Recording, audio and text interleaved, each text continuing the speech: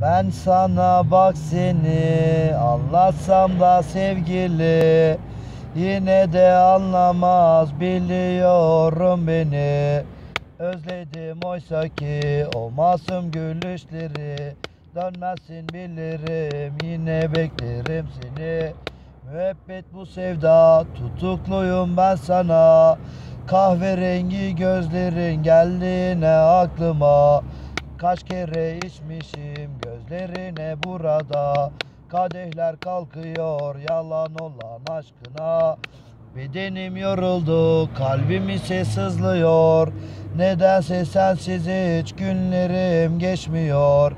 Geceler bitmiyor, sabah neden olmuyor? Karanlık bulutlar üstümden hiç gitmiyor. Pişman olursan bir gün sakın beni arama. Vicdan yapıp sakın bu yarayı dağlama.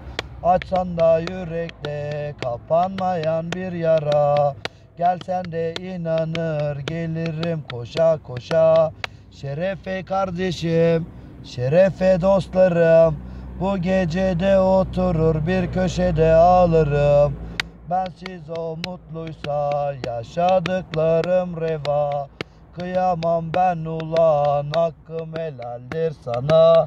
La lay la lay la lay, la lay la lay la lay, la lay la lay la lay la lay la lay la lay la lay.